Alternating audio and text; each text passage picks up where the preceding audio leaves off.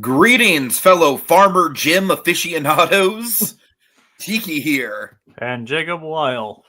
And welcome to the SpoilerCast for The Day the Earth Blew Up, a Looney Tunes movie. Yep. That's right. The first fully animated Looney Tunes movie that's not recycled from previous elements. Isn't that crazy? Yep. There's a lot of things crazy about this movie, or loony about this movie, if you will. So yeah, this movie was rescued from the bowels of the infamous Warner Brothers, shelf, if you will. Alongside like stuff like Coyote versus Acme, which might see a resurgence. We are crossing our fingers for that. We just got some new developments on that, and of course Batwoman. But this was rescued, and it is being released now through let's see. I want to make sure I get this Catch Up right. Entertainment. Catch Up Entertainment. I thought Productions or Pictures. I was wrong on both counts. It's Catch Up Entertainment. Thank you. Yes. All right. So, Jacob, what did you think of this film? The funny thing is, this movie kind of did live up to my expectations in a way.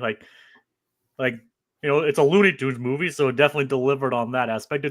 And the thing is, it's very unexpected in a lot of ways. That's kind of the best Looney Tunes are. Like you kind of see maybe this is going to go the one way, then it's going to go another, but it's kind of unpredictable in the best of ways, if that makes sense. Mm-hmm. I mean, you kind of know where the plot's heading, but obviously it's the characters, the gags, and everything else that carry it along. And like I say, I saw it the day before, and I had shocked the fact that I was the only, the day before its official release, like the Thursday. Mm-hmm.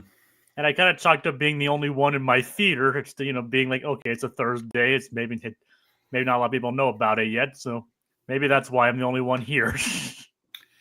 I mean, this movie because it was picked up by that very small production company. Unfortunately, it didn't really have any marketing to it, so even I was kind of surprised. Like Jacob, I did not know. I'm sure I knew that this was coming at some point this year. I did not know that it was coming this week until I saw it pop on Fandango. Like, that's how not in the know I was about it. And it's literally like not my job, but definitely my long-term hobby at the very least to keep up with this stuff.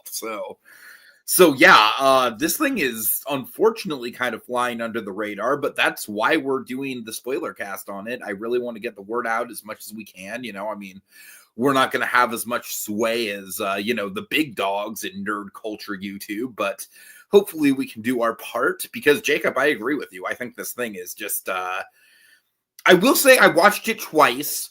Both times I loved it. The first time in particular, Jacob, I was in heaven. Okay.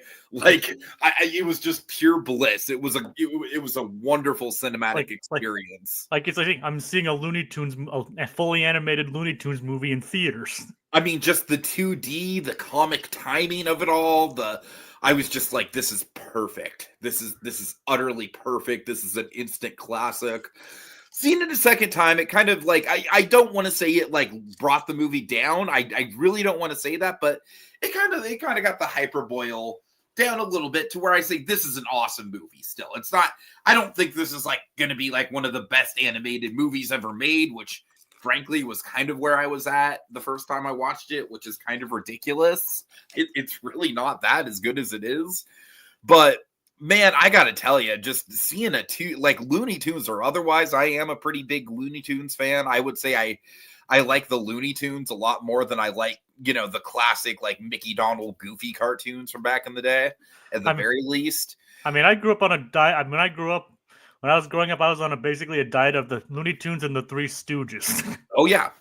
So yeah, I mean, I'm really pretty neat. Like I grew up in an era where for the first few years of my childhood, Nickelodeon was basically, or I'm sorry, not Nickelodeon, that would be weird. Cartoon Network was basically the Nickelodeon channel, or god damn it, I did it again. Cartoon Network was basically the Looney Tunes channel for all intents and purposes, with like some Hanna-Barbera thrown in there for good measure. Like I remember just those I remember the June Bugs marathons. Mm-hmm. Yeah, just those like hours upon hour marathons of Looney Tune shorts just all in a row. Just good times. Yeah. Okay, so yeah, I mean, I still really love this thing. I think Eric Bauza as Porky and Daffy combined, like Jacob, for me, it's the kind of voice acting that really goes to show that voice acting is freaking hard. Okay, because like I love to do voice acting in my spare time. I use voices in my stand-up from time to time, stuff like that. But my God, the level of sheer range and emotion that Eric Bauza gets out of these characters, the stutter with Porky, I mean, it's just like this dude is just doing so much heavy lifting in the voice acting department. It's honestly like, just from a pure technical craft point of view, it's genuinely one of the more impressive voice acting performances I've seen in a while. And yeah, the obviously the animation is awesome. Just love to see 2D on the big screen. Love the music. Love the humor. I mean, we'll get into it. There's a lot to break down here. I mean, the thing with me is like, I mean, don't get me wrong. I'm not going to deny Eric Bauza's talented. Like he was also all the Beagle Boys and DuckTales, among other things. So I mean, he is kind of becoming a little bit of a modern day Mel Blanc. I mean, yeah, he is, but I still think Bob Bergen's has the better Porky as far as performances go. I definitely won't push back on that. I won't push back on that at all. I think Eric Bauza kind of I think his baseline is Daffy, and I mean, don't get me wrong. He's like basically a flawless Daffy. Right. And I do like his Porky. I think his Porky's just impressive, just as far as like, I think Porky carries a lot of the emotional stuff in this movie, and I think he does a good job of pulling through that while still maintaining the trademark stutter. But no, I agree. I definitely think his baseline is Daffy, and he's kind of pulling extra weight as Porky. I mean, yeah, like I said, when I heard that Bob Bergen wasn't doing that, was kind of like kind of an initial mark against it, if that makes sense. No, that makes sense for sure. I mean, because Bob Bergen's been doing it for a long time, and he's basically like nailed Porky's performances throughout the years. And don't be wrong, like I said, and as you mentioned, like I think Eric Bauza still does a good job as Porky, but I just think that if they got Bob Bergen to do it, it probably would have been, just that much better. Sure. But his Daffy is perfect in this movie. Don't get me wrong. And Daffy has one moment in particular, Jacob, in this movie in the third act. You probably know what I'm referring to. That I honestly think it's like a definitive Daffy Duck moment in all of cinema. Like I think it's like the Daffy Duck moment to end all Daffy Duck moments. Near the end, yeah, there are quite a few moments with Daffy that that make me laugh and be like, yep, that's Daffy, all right. And don't be wrong, I like Chuck Jones's Daffy, but that's a different Daffy than like the Looney Daffy. I mean, I kind of like more like this is like more Clampett's Daffy than anything else.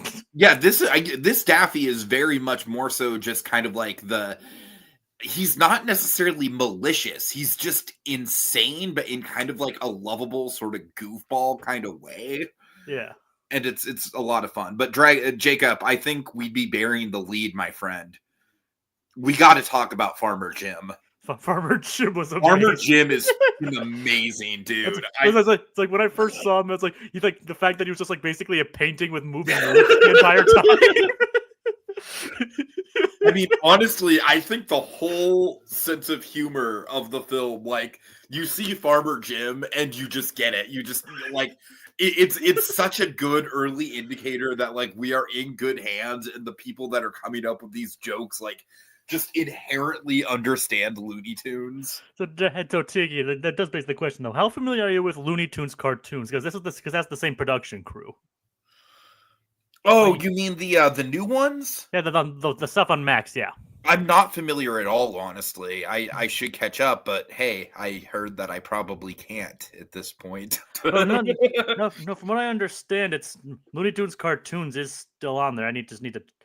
Is it just the classic Looney Tunes that got taken down? I mean, that I haven't checked Max recently, so I've definitely heard that at least some Looney Tunes material got taken down recently. Yeah, all 6 seasons of Looney Tunes cartoons is still there. Yeah, I mean, I need to check it because honestly, if it's even in the same ballpark of quality as this writing. I definitely do need to check it out for sure. I mean, I wouldn't say it's as obviously live up to the originals because basically nothing does.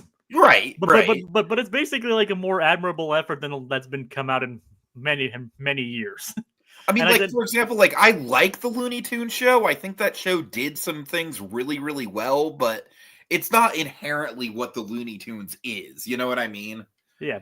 Like I that mean, show is inherently kind of like it's kind of I'm, like a more successful version of the Muppets 2015, if that makes sense. it does, and I honestly think like the best, like outside of like Looney Tunes cartoons, like the best modern day adaptation is the Doug Dodgers show.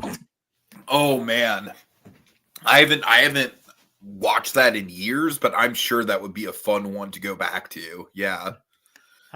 Also, But Duck Dodgers movie next, please. If we do somehow get a continuation of this, Duck Dodgers. That's what we need. We need a Duck Dodgers movie. heck yeah. I mean, I'm down for a full length Doug Dodgers movie. So the most amazing thing about Farmer Jim for me, I mean, I think literally every second that this guy is on screen is just hilarious. Like every facial reaction, every frame, it's so good. It's just the fact that his entire face just stays still except for his mouth and eyes. except at the very end when he's like the That's most the thing. Here's what I love about that though. I love that like it's absolutely a joke. It's a great like almost like inside baseball animation joke, right? yeah. But at the same time, I think the fact that like we get that one shot of Farmer Jim, And it's like the most fluidly animated, rotoscoped animation. Yeah, yeah, it's like the most fluidly animated thing in the entire movie. exactly. But I love that is there. It's not just a joke. Like it is funny, but it's there specifically because that is like the moment that is seared into Daffy and Porky's minds when it comes to this guy. You know, and I think that is exactly why the moment like sticks out so much for them. And I honestly think just from a storytelling point of view, that's kind of genius. And the fact that it also cements the fact that like how Porky and Daffy grew up as brothers in this in this. Teenage Porky and Daffy are freaking iconic. Yeah, it's like you back to my room now. Daffy causing the stutter. Yeah, I mean by knocking like something on by hitting his head with like like he was like reading flawlessly as much then he's like So yeah, one of the things that really solidified itself for me with the second viewing is I think the pace of this thing is just immaculate. Like it does not waste any time. It goes from plot point to plot point just so well. And gag to gag. Mm-hmm. So like we're starting off with the home inspection. We get a nice little montage of like, you know, they're literally painting the brown spots on the grass. They're, you know, nailing pizza boxes over the holes in the floor. One of my favorite gags about this whole thing, this whole setup, is the fact that like they go through all this effort to fix up this house that is clearly like by all intents and purposes, like we see just when they're having breakfast in the kitchen, there's like dishes like piled sky high, you know, like by all intents and purposes, nothing about this house should pass any sort of inspection, but it does. Except for the gaping hole in the roof. Which somehow neither of them noticed. Somehow even Porky, of all people, didn't notice the giant gaping hole in the roof. Right, which is set up in a really good cold open, by the way. I kind of want to build back to that cold open, but I like how that cold open is it's efficient, it's quick, it sets up a couple key plot points, it sets up one key character. It's really well done. Yep, it's like you see the scientist like I mean, the movie immediately, the cold open, it immediately sets up like it's like a 50s sci-fi B movie kind of. Mm-hmm. You know what? It kind of gives me the vibe of a little bit Scooby-Doo and the Alien Invaders. Kinda, yeah. yeah. Which, in my opinion, probably the most underrated of the Scooby-Doo like direct-to-video movies. The funny thing is, it's kind of that movie in reverse. Right, yeah. Okay, so yeah, we get the home inspection scene. That's all a lot of fun. Then, of course, we get the job montage. I love how it's styled like in like a classic. I love that. I mean, there's so many stylistic flourishes. That is just one of the better ones. Even switching the aspect ratio, and even like reusing like the classic headshots. Right, right. One thing I really like about this movie is like I really like that the score, like it definitely incorporates pretty much every like iconic piece of Looney Tunes music into it, but there's still some original stuff too. Like I feel like it's just a really good score all around, and the stuff that's adapted, I feel like they do a really good job of kind of like elevating it. There's a particular sequence during the factory scene where Mhm. I think you know what I'm talking about, but we'll probably get to that in a moment. We will, yeah, yeah. Okay, any particular gags stand out for you in the job montage? Definitely the ride share. Oh my god, that felt like something straight out of Animaniacs, honestly. Yeah, I mean, modern Animaniacs wishes it was as funny as this. Yeah, absolutely, absolutely. Shots fired, but I agree. Yeah. I mean, don't get me wrong, that show had its moments, but like, no, that was more like they were more like kind of some chuckles here and there. Like this is more Yeah, yeah, yeah. like the original Animaniacs was like laugh out loud per minute. And this movie is as well, I think. Yeah, But yeah, yeah. so like, you can do it. Just jump. It's totally safe. Oh And man. then like you could go up the wheels. And then and then he falls. We never see the guy again. We assume he's okay because it's a Looney Tunes movie, but You know what? One detail I was kind of looking for, like, it's totally fine that it's not there, but it would have made it even funnier. yeah. When Porky offers him the bottle of water, what if he was like still carrying the bottle of water as he was trying to jump onto the plane? It's not there, but the thought just crossed my mind in the moment. I was like, what if he's still holding on to that bottle of water? That would be awesome. Yeah. But nah, And let's face this it, we movie know. can't be 1,000% perfect all the time. And let's just face it, that guy's totally fine. I mean, uh, it's a Looney Tunes movie, so what do you think of the influencer gag? Because to me, I honestly think it's almost kind of like making fun of stuff like Ralph Breaks the Internet, where it's like just they try it for like 5 seconds and they instantly get canceled. yep. Like, nope, not going down that route. Yep. I don't know. I mean, I feel like I feel like the people that are going to criticize this movie are going to make a meal out of that moment. But I'm like, that moment is literally like satirizing how modern movies have like cringy, like social media influencer plot lines. So I really didn't mind it. Yep, and then like they do it for 5 seconds, and like they have like negative views. If you notice, like they said like negative views, Yeah, yeah. and then canceled. One of the things stylistically that I really appreciate in this movie is the fact that like Daffy, Porky, and Petunia. Yeah, I mean, outside of like the alien, they're like the only non-humans in this world. And it's totally isn't a thing that ever gets brought up. No one ever bats an eye at it. Oh, that is Looney Tunes. And Jacob, I don't know if you had this, but I definitely had this. I absolutely adore almost every one of the human designs. I mean, yeah, all the humans they look distinct. Like, I can Mhm. recognize who's who. Like even like background characters. Like yeah, they made it look like a lived-in, fleshed-out city. I mean, I just think they do such a good job of it. The home inspector lady, the one handyman, like call me when you get some real cash. Yeah, but, The, like the even lady at the waitress at the diner, like the shakes are on me, boys. You two look like you could use some cheering up. fun fact about the waitress though, she's actually voiced by Bob Clampett's daughter, Oh, nice, Ruth awesome, Ruth awesome. Ruth Clampett. That's great. Yeah. Yeah, I don't know, just like across the board, every single human character in this is just freaking memorable and just has that like Looney Tunes kind of caricature quality to them. Yeah. All right, so with that restaurant bit, we're introduced to Petunia, one of my favorite gags, and this is like totally relatable to me. Honestly, is the whole like beauties in the eye of the beholder bit with Porky, like how he perceives Petunia versus Yeah. how Petunia actually is. It looks like he sees her with like these big eyes, the long luscious hair, and then she's just like trying to like get her hair just to stay down. Mhm, mhm. But it also kind of endearing because it's like, oh, he's in love. I think it's so sweet, dude. I honestly think it's so sweet. Like Honey, it's honey ham. Because I've had a couple crushes on girls that are like not conventionally the most attractive, but I like mean, same really.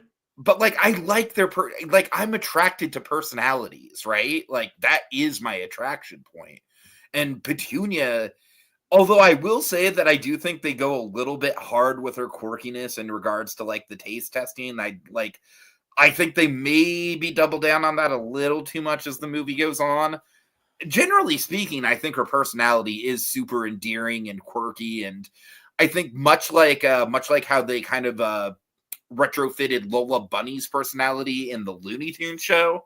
This is kind of like a similar version of what they did there, but also like definitely a different flavor of that. Where with Lola, she was very much like an airhead, and with Petunia, she's just like a neurotic, quirky nerd, and I love that. I mean, the funny thing is, like, she actually did get a couple of starring shorts in Looney Tunes cartoons. So Nice, and, nice. and she wasn't exactly like this. She was like very different in that. Yeah. But I think it kind of works out for her, like like the quirky scientist. He kind of fits the quirky scientist type, unconventionally, but still. Mm-hmm. And of course Daffy thinks like, oh, you won, like that's a Oh my fine god, dish. that joke. I love the visual gag of that joke. It's like you see it coming from a mile away, but I think the fact that you see it coming just makes it even funnier. Yep. He's like, excuse me, my friend wants some of that delicious pie. Oh my god. The funny thing is, I saw 2 movies this weekend, one with a group, and basically 2 of them have pie as a plot point. Oh jeez. I also saw Novocaine. Oh yeah, I need to see Novocaine. It's not bad. Yeah.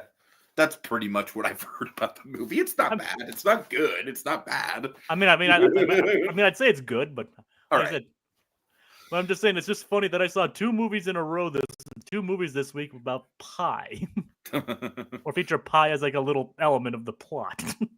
Jacob, now you need to get your ass to a theater that happens to be screening Spider-Man 3 somehow. Okay. Complete the pie trilogy, my friend. All right, I'll see if there's anyone playing nearby. Do you even remember the Spider-Man 3 pie scene? Not really. Oh my god, it's iconic. I haven't seen that movie in years. Harry's like talking to Peter about how him and Mary Jane are together now, and he's all gloating. And then the waitress comes up after Peter huffs off, and she's like, "How's the pie?" And then Harry, this is like when Harry's in Green Goblin mode, he just looks up at the waitress and he's just like, "It's so good." Oh yeah. Oh man, that's honestly like one of my favorite singular bits in any of the Raimi movies. When I was in high school, I quoted that bit so obnoxiously much. It's so good. So Anyways. Okay, so yeah, do you want to kind of build up the does the invader have a name, or is he just the invader? The invader. Okay, I just want to make sure we didn't name him at a certain point. I'm just looking at the Wikipedia credits. Yep. I really like how this guy is presented. Like when he's first introduced, he is almost like larger than life levels of scary and intimidating. You just see like. But then immediately he like trips down the stairs. Right. You just see like the giant fingers and the bulbous head and the sharp teeth, and it's like. I mean, I think they do a really good job of kind of like initially he seems like genuinely kind of freaky, but then yeah, they kind of like bring him down to earth immediately. As the movie goes on, he kind of becomes one of my. I don't necessarily love the gag that they end up doing with him, but we'll get into that a little bit later. Let's see. What do you think of the scientist? Like Joe. Another Fred Tackett performance. Tadashwar, how you pronounce his name? I think Tadashwar. Tadashwar, yeah, I don't. Yeah, I think Tadashwar, yeah. Uh-huh. I really like this guy. Like he starts off the movie in like dramatic like B-movie scientist mode, and then through most of the movie he's like just in the zombified like chew. He does get a lot of legs from just the chew thing. Yep, especially like the off-screen destruction of the lab gags. And then in the third act, he's back to like B-movie super serious scientist man. Yeah. And it's a great little arc for him. It is, yeah. But back to like Petunia and Porky and no, Daffy, like it is kind of interesting like how she gets them the job at the gum factory. What do you think of the fact that the whole town basically revolves around this gum? Well, I mean, every town kind of has like some kind of thing they're known for. So one I of mean, them that's is true if you put it that way. It's like Petaluma. It's like, hey, dairy, fucking butter and eggs. We're gonna shove that down your throat. And wrist wrestling for some reason. Anyway, so yeah, I get what you're saying. I mean, heck, the place my hometown is like known for is violets. So right. so I was like, but Santa Rosa, the thing that Santa Rosa is known for is actually Charles Schultz. same. I actually have his birthday. No, yeah, it's funny. Yeah. It's like so she gets them. So she gets them a job at the goody gum factory, and Uh-huh. it turns out to be the job that they're good at, which is pulling a crank and pushing a button. Jacob, I hate to say it, but this is pretty much the extent of where my job skills would come into play. I felt very called out with this whole job montage. I think I would suck at most jobs too. And my favorite part about the job montage is how it turned into a powerhouse sequence. Uh-huh. The do do do do do do do do. That one. Right. And that, you know what? That music I mostly remember being used in like Cartoon Network bumpers. I mean, it's used basically almost anytime you watch an old cartoon and there's It's a a factory. classical piece of music, yeah, but Cartoon Network used to use it a lot for just like the "We'll be right back" bumpers. Yeah. But yeah, that animation, I mean, that the whole bit you're basically yeah. a pink elephant sequence. Essentially, yeah, and it's wonderful. And again, it's just like more uses of that 2D animation that's just really great and really pops on a big screen. I mean, you can't really do that with a lot of 3D animation. No, you really can't. You really 3D animation does not lend itself well to pink elephant type sequences. That's definitely true. I mean, don't get me wrong. There's definitely a craft to doing 3D animation well, obviously, but obviously, yeah. But I'm just saying, like surreal 3D animation is kind of harder to accomplish. Yeah, I feel like a lot of 3D animated films that do surreal sequences, like I'm thinking of like Inside Out, for example. Like they'll use different animation mediums, to create that surreal effect, like with the abstract, or at least different animation styles, not mediums per se. Yeah. Like the abstract thought thing from Inside Out, for example. Like, yeah. So yeah, this is just like very much like utilizing like, hey, we are 2D animated. This is something that we can actually do and get away with and really pull off well, and they do it, and it's great. I mean, like I said, I love that sequence. It doesn't make a lot of sense within the context of the movie, honestly, but it is a great sequence. Neither does Pink Elephants. I mean, yeah, that's exactly the point. I mean, at least there's context in the fact that Dumbo's drunk. Yeah, I know. But I feel like that sequence is just meant to show like the passage of time and them kind of like getting comfortable in the job and knowing that they're good at the job. Yeah, yep, and funny enough, they actually do good at it. Mm-hmm. Which is, it's nice to see them actually get a win after all that. Yeah, totally. All right, so they're in the middle of the break. Porky and Petunia are doing some adorable flirting with each other. Oh my god, the blue mugs bit. Oh, blue mugs! Blue mugs. Oh my god, it's so adorable. It is, yeah. Honestly, Petunia and Porky in this movie are kind of hashtag couple goals. I'm not gonna lie. Yeah, I mean, they get I like how it doesn't really draw it out too much. It doesn't make it like a will they or won't they. It's like there's like an immediate spark between them and all that. Oh yeah, absolutely. I think if anything, like Porky's the one that's a little bit more reserved. Like he does a couple slips, and Petunia is like very receptive towards them. Yep. It's very adorable. I'm going to agree with you on that. It's just so cute. But meanwhile, Daffy is... Daffy's actually very supportive of the relationship, too. Which is nice, yeah. They could have easily done, like you're putting her above our friendship. Which I'm glad they did. Right, and they do some conflict with that, but it's very It's more like he went off with her instead of like bringing him along.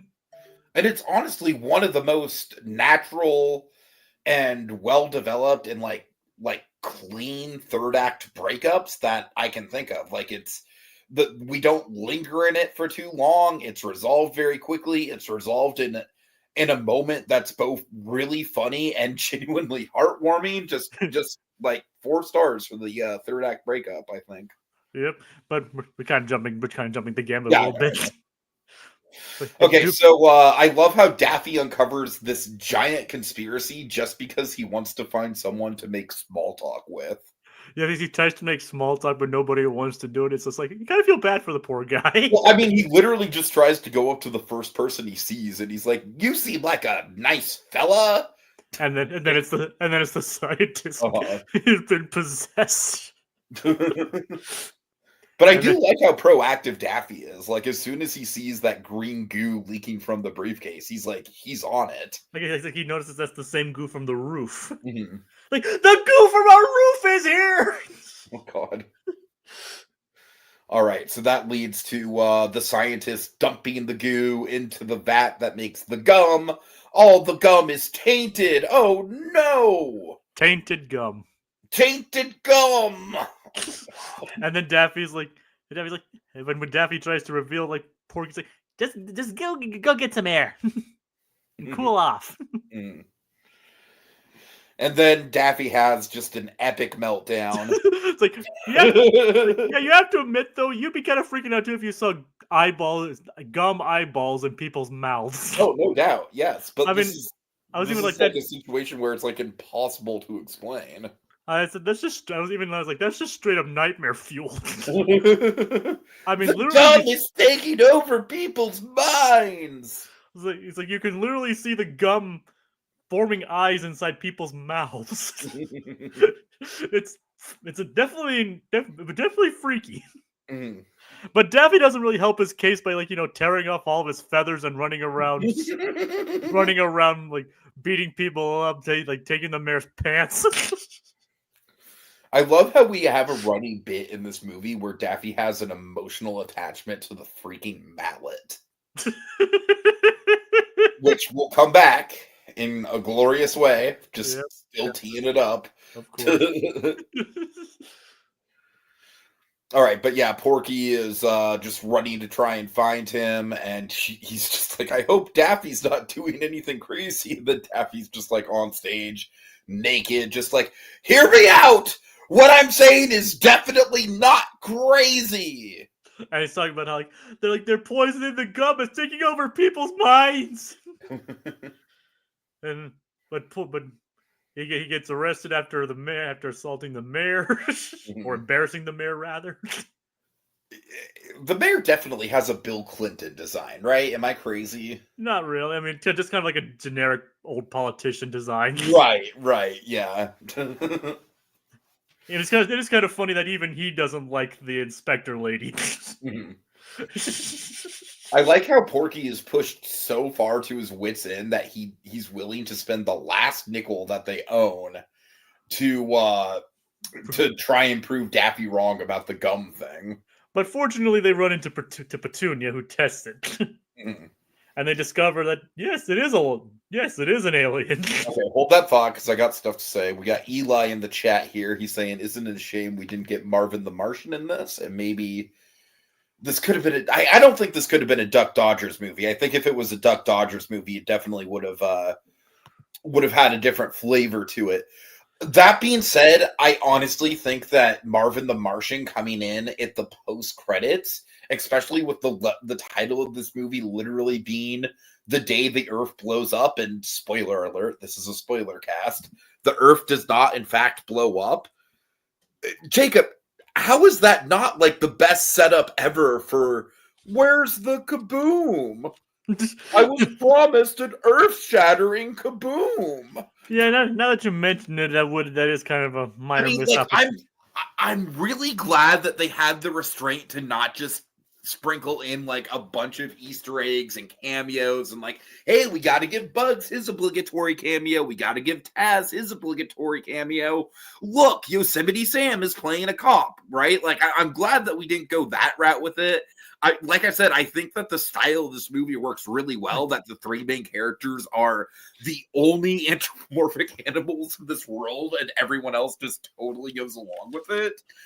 But given the fact that like aliens are already a thing in this movie, yeah, I think Marvin the Martian is absolutely the one Looney Tune that I am kind of disappointed did not get some recognition in this movie. I will say that. Yeah, I can see that. All right.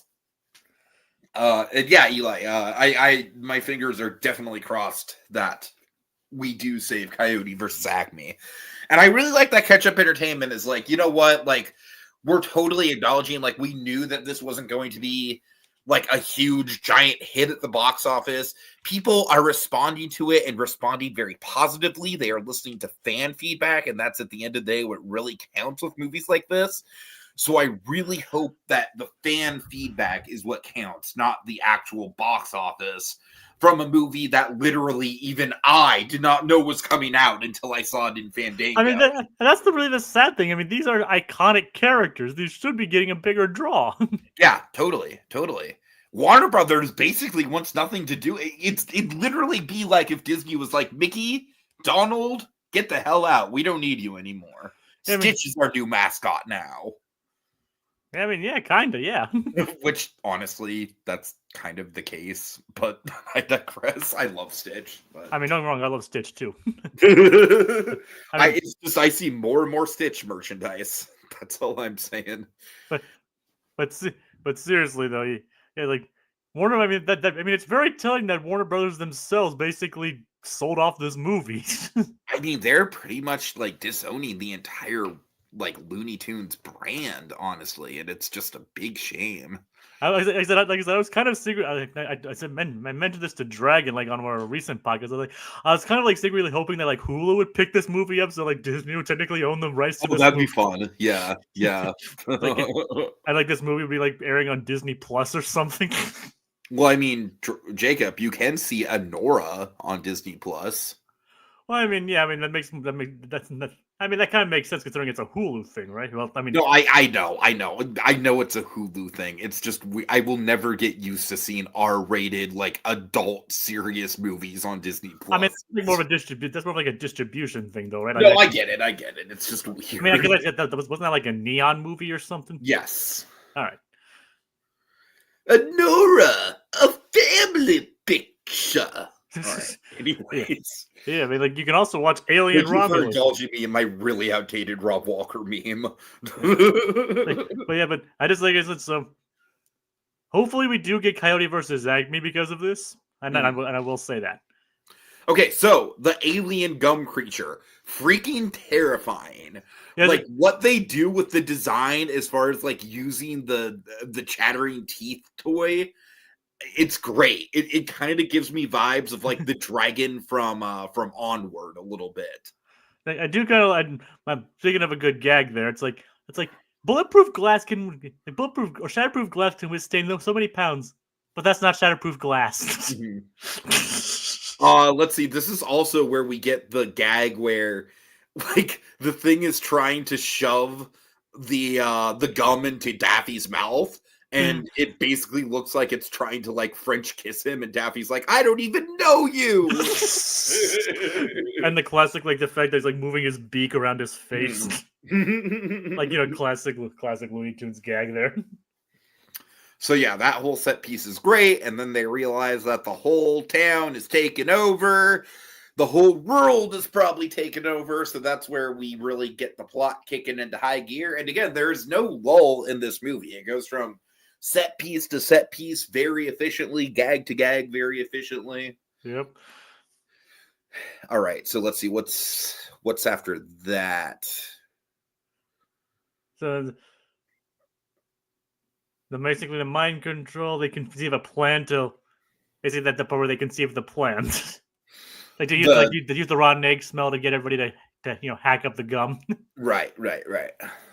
And And this is where we get our little third act breakup. But like I said, I think it's handled pretty efficiently well.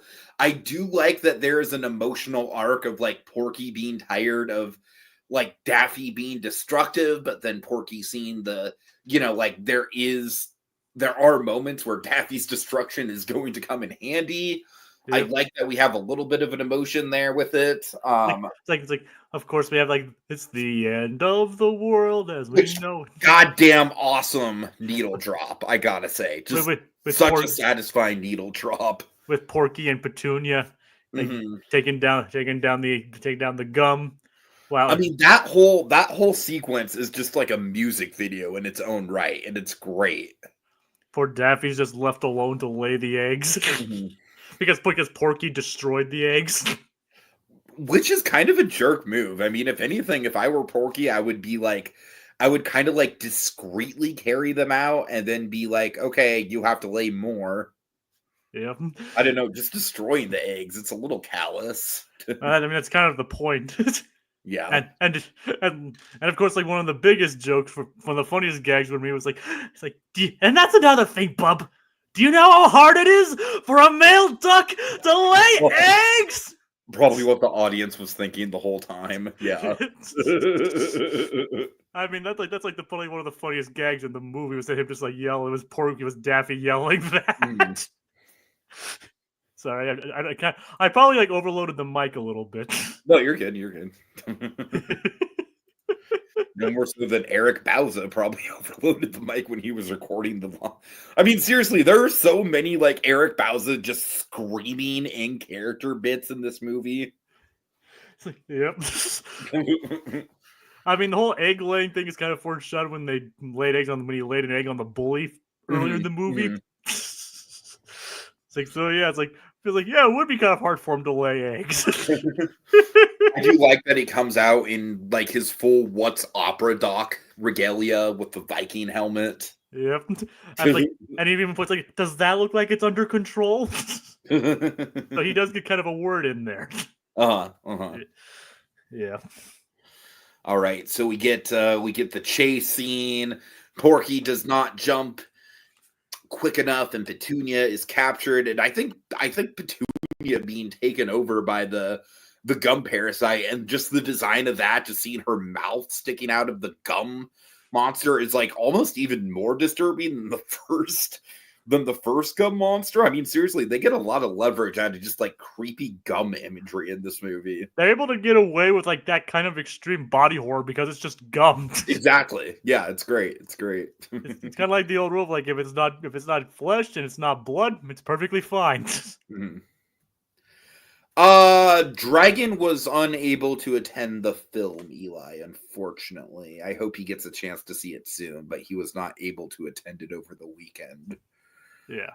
All right, so that leads us to our third act. And by the way, Eli, you if you haven't seen this, we're going to give away some of the best gags and some of the best moments. So, just spoilers.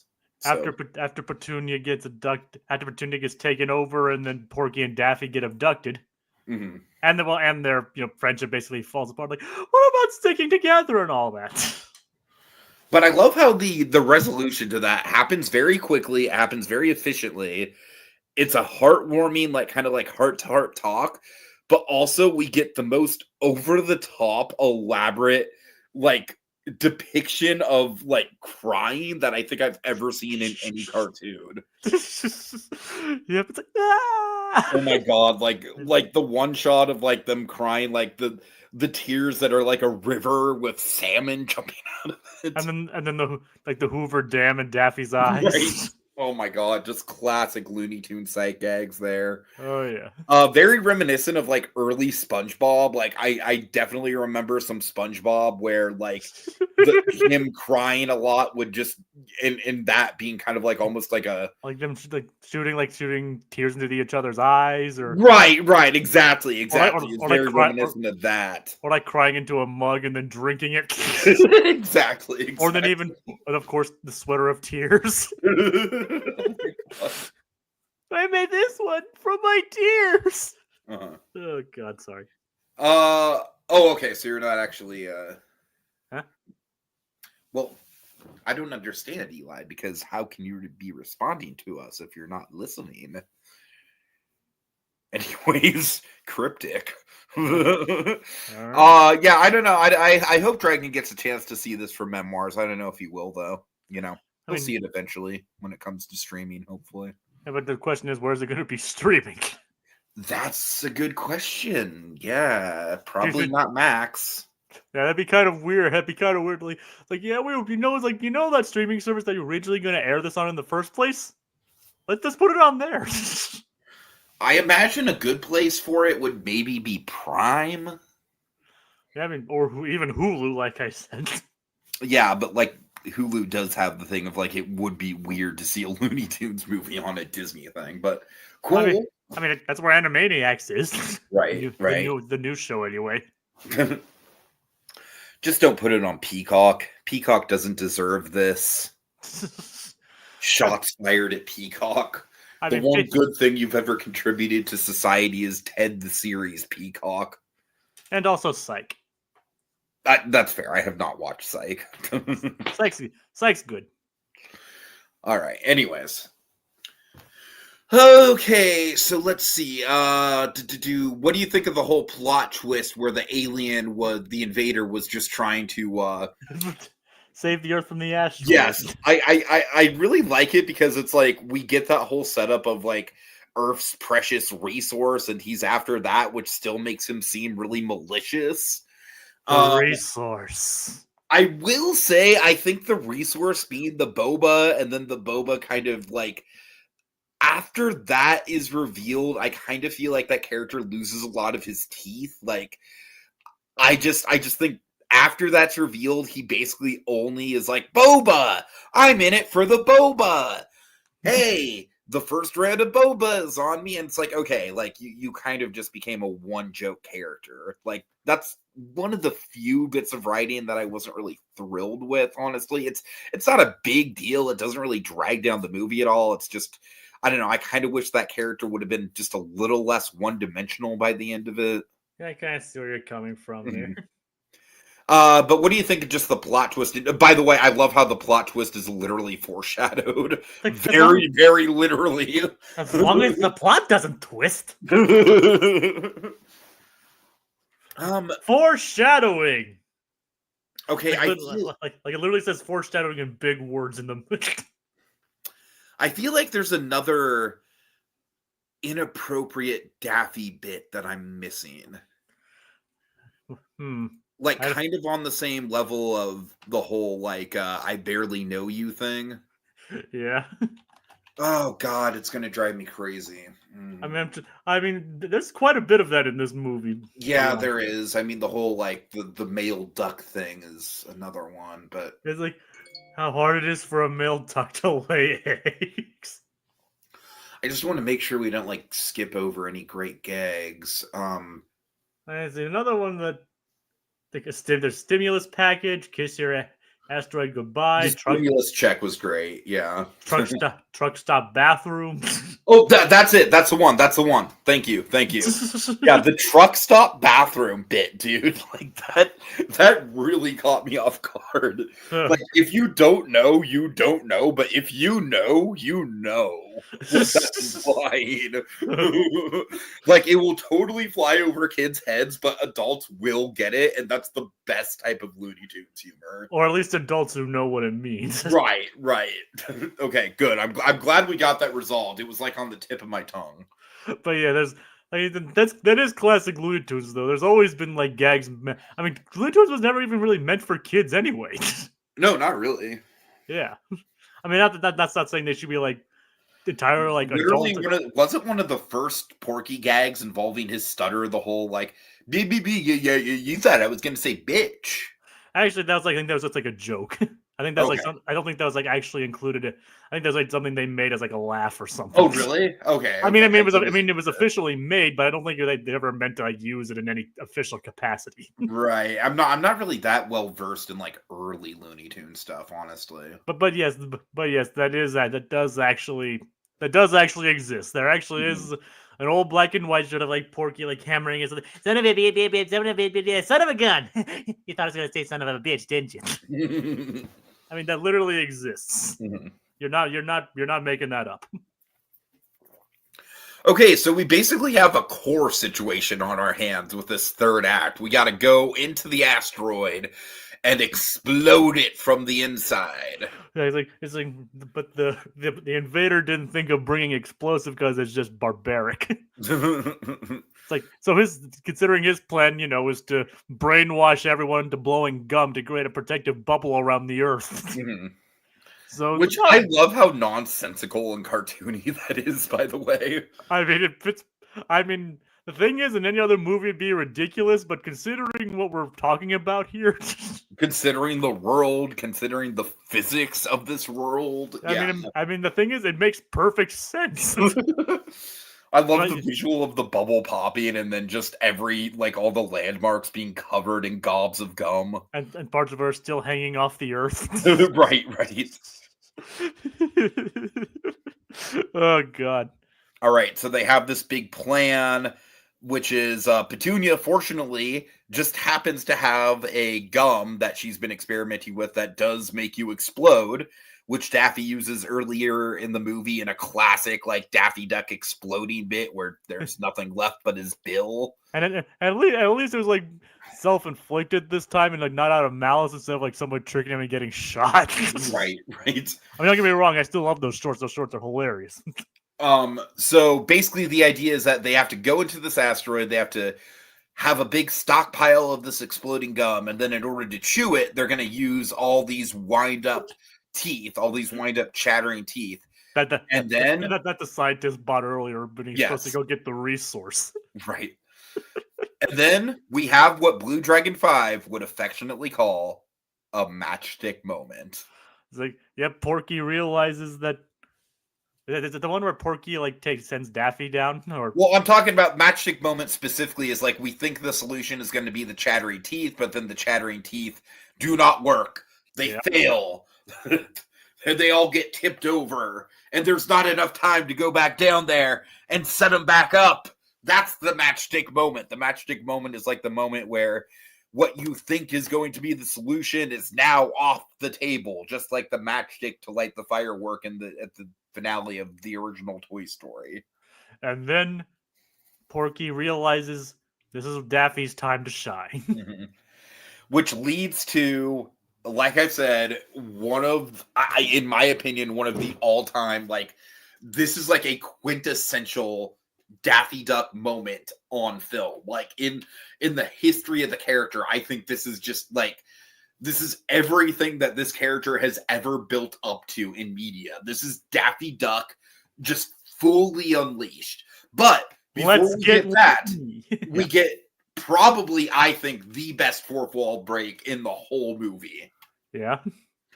The Duck? You gotta be kidding me. Who wrote this? It's like who wrote this garbage? Oh my God.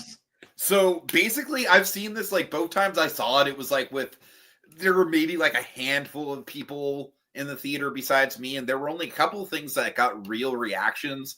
Farmer Jim is definitely one of them. People love Farmer Jim. It's almost impossible to not have a reaction to him. I love Farmer Jim. The Daffy lines that I mentioned were another, but by far the biggest laugh across both screenings that I went to was that bit right there. The whole like, the Duck? You gotta be kidding me. Like, who writes this garbage? It's like, I mean, it's so well timed. It's like, and the thing is, like I said, I was the only one in the theater the night I saw. Like I said, I always chalked it up just like I went there like the day before it premiered, so there was probably less people to see it. Uh-huh. So I was like, I was the only one in my theater watching this movie. but I did. So yeah, like, so I can definitely say that scene, the entire theater did laugh at that moment. So yeah, Daffy just goes all out with the mallet, and it's incredible. It's just like it's every like Daffy freak out just combined. Like I said, I think it's just like one of the defining Daffy Duck moments in all of cinema. And the thing is, it's plot relevant too. Yes, exactly. It's like Daffy Duck way. Let's get loony. But it's just like like I said, it's like the ultimate Daffy Duck freak out. And it's like he goes hard. Like you see him like splitting into two, like hitting himself with a hammer, hitting everything else with the hammer.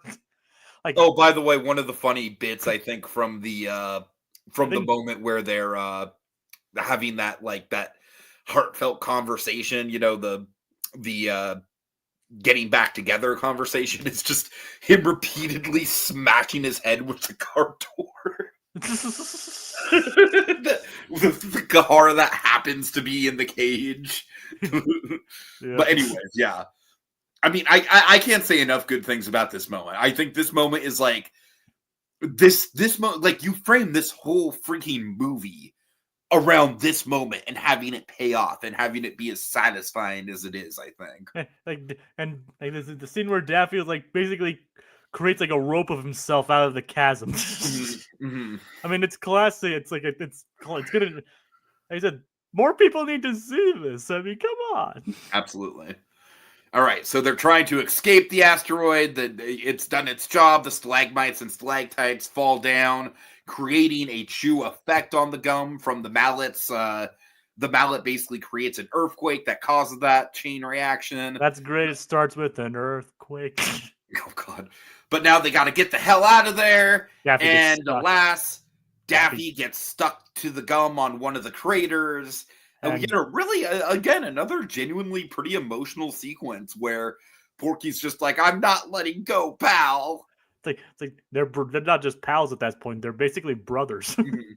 I love how resigned Daffy is. Like, as soon as he gets stuck, he's like, go, save yourself. I'm one stuck duck. Like, he's not, like, I love how selfless he is in that moment, you know? I mean, he developed, is like, he kind of realizes what he's done to Porky throughout the movie. And he's like, go be with Petunia. But alas, Porky and Daffy stay together till the bitter end. The asteroid explodes, and Porky and Daffy are canonically dead. They're hailed as heroes. I mean, they are just they are killed off, and we. No, they're not. I'm joking, obviously. Yeah, nobody actually legitimately thought they were going to be dead. I know. Wouldn't it be crazy if they did just canonically die, though? Yep. That'd be a twist. It'd be like, that would definitely be a plot twist. Right. It's like, well, they're dead. And the movie continues, or they're reunited with Farmer Jim, and he like. What if they were like reunited with Farmer Jim up in heaven or something? I would actually accept that. You know what? I actually kind of wish they would have gone there, just because think of how many Looney Tunes shorts actually end with the characters in heaven. Yep. That would have actually, I kind of wish they would have done that now. Honestly, I think if it weren't for Petunia, if Petunia wasn't an element of this movie and she wasn't like heartbroken by the loss of Porky, I think you could have done that and honestly gotten away with it and had it been funny. Like, I mean, in this movie they could have still done it, just or he just kicked them out of heaven or something. That's true. I like that. That's great. Yeah.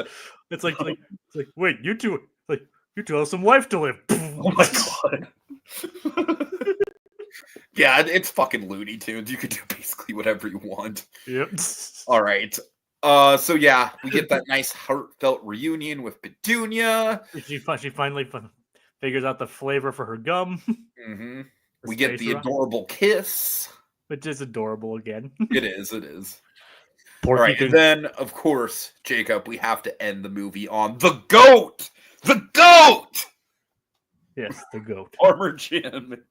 As it turned out, like during their initial escape of the house, which unfortunately got destroyed. We haven't really talked about their house. I love the design on the house. I love like the neon arrow and the slide going through it. It's just like it's such a great like visual representation of like, yeah, this is what happens when like two goofball cartoon characters move into a farmhouse and take it over. Yeah, and like Porky gets the bed, Daffy sleeps in a bathtub. But Porky like earlier collects the picture of them and Farmer Jim. And them losing the house is genuinely pretty dramatic. Like, again, I think this movie, it does a really good job of like, it's not like there's nothing like, I think of a movie that, honestly, I think something like the Rugrats movie, for example, is almost maybe a little bit too dramatic for its own good. I mean, don't get me wrong. The dramatic moments in that movie go freaking hard, and I really respect the movie for that. But I almost kind of feel like it's so dramatic that it doesn't even really feel like the show in some ways. Like I forgot it was a Rugrats movie. Right, yeah. I think Rugrats in Paris is definitely more successful at that. But this movie earned its dramatic moments. absolutely, this movie has it has some genuinely really good drama, but the drama is surrounded and undercut at every point by the comedy, which is great. I mean, just the fact that how it got destroyed is like ridiculous too. I mean, that's what kind of like sells it. Mm-hmm. So, what is the big plot point that ends the movie out on, Jacob? I mean, yep. So, Farmer Jim comes to the skies. And he tells them he's proud of them, but he anticipated. By the way, I freaking knew we were gonna get a Mufasa moment with Farmer Jim. I was just waiting for it. It's like, and he tells like, I anticipated something loony would happen. And so he created like a $5 million insurance policy. They created a freaking $5 million insurance policy, which covers alien invasions and zombies. Which is great. I love that's again just classic Looney Tunes sight gag. I'm sure if you look at that, at the actual life insurance policy, I'm sure there's a bunch of like little sight gags. I mean, and it's a total Deus Ex Machina, of course. Oh yeah, absolutely, but it's great. But I mean, again, you expect that in a Looney Tunes movie. It totally fits Looney Tunes logic, and honestly, like, it fits the character. Like, Farmer Jim is a very loving father figure, yep, who also knows how insane these two boys are. Yep. Even Porky, the more laid back one, is pretty insane. Right. even his ascent into heaven was hilarious somehow. Oh my god, yeah. Like he just floats and he's suddenly in the sky. I love how the moment before we get like the amazing rotoscope animation of him, we literally just get like the keyframes of his model just going like piece by piece down the driveway. like he's not even moving. It's just like right. Like he's not even being animated in that scene. Exactly. Yeah. Which again makes the whole like fluid animation afterwards that more jarring. Oh man. All right, that's about all she wrote. And then we actually get to see the house they built with the $5 million. Mm-hmm. And everyone's there, and the neighbor lady's like, "How do you like it now?" They got one less stick up to the neighbor, to the inspection lady. Mm-hmm. Now, honestly, how do you think that this house is gonna go between the two of them? I don't know. I think they earned it. I think they'll make it work. Yeah, I mean, yeah, they've grown. Yeah. Yeah. Oh, also, I just looked it up, and apparently the name of that handyman that I mentioned earlier is freaking Roofer Joe. Roofer Joe. I love how that guy just has an actual name. He's such a bit part. I mean, yeah. Actually, Ruth Clampett, her name is Waitress Maud. I love how all these freaking characters have names. That's great. And they're not even really mentioned in the movie, I don't think. Right. Except we have Farmer Jim and then the scientist. The scientist is like the one outlier to that. And the invader. Mm-hmm. The invader doesn't even have a name either. That's just his name. Yeah. All right. Well, I think we had a lot of fun here. Any final thoughts? Again, if on the off chance that a lot of people see this video, do yourself a favor and see this movie. You'll have a good time. Is it like mind blowing or anything? I'm not gonna say that, but it's definitely a great time. I mean, on some level, Jacob, watching this movie in theaters, I almost feel like I got the experience that I kind of missed out on when I was a kid, not seeing stuff like Mask of the Phantasm and The Iron Giant in theaters. Like, don't get me wrong, The Iron Giant, this movie is not going to touch The Iron Giant as far as just being like sheer cinematic masterstroke. Like, The Iron Giant is basically a perfect movie. This, you know, but I mean, what I'm saying is that it's so nice to see something like this. And seeing it in theaters, it really made me think that I was kind of like I was experiencing a future cult classic. And I truly do think this is absolutely going to be, at the very least, a cult classic. And that's the sad thing about this. Like, it's obviously it's a major IP movie with these iconic characters that have been around for 90 years, Mm-hmm. and it's barely an indie movie. Mm-hmm. Mm-hmm. I mean, that's kind of the experience you get. Like, it's a movie that shouldn't be an indie movie, but is, if that makes sense. No, and I know what you're talking about with barely an indie movie. I mean, I think that's a good way to describe it. I mean, we're lucky that this thing got a theatrical release at all. We're lucky that this thing didn't get like a one weekend only Fathoms event screening at that. Yeah, I mean, it isn't. I mean, I don't think it's going to last much longer in theaters, considering there isn't much demand. I don't think, but it's still there. It's still rolling. You can still see it probably at least through this weekend.